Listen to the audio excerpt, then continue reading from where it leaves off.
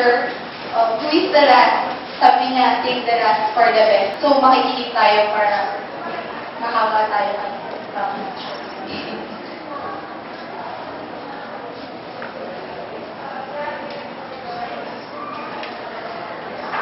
So, our next speaker is a lead consultant at Punong Bayan and Arroyo Advisory Services Division.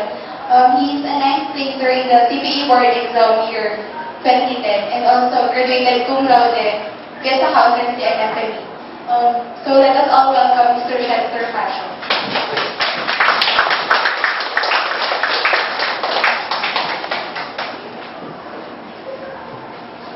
Thank you so much. I will be speaking English later on. So, what I want you to realize is that in the real world, shit happens.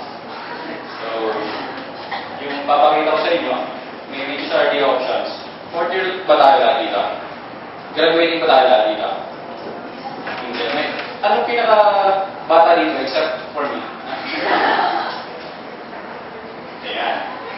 So, for now,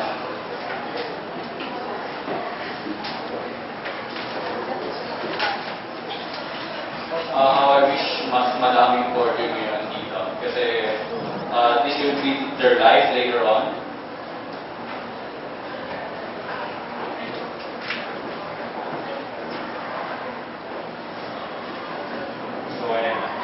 So my name is Chester Passion, So, taga-university na dati, hanggang ngayon.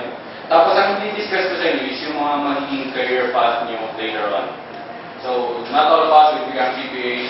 I know that that's part of the shit that will happen in the future. And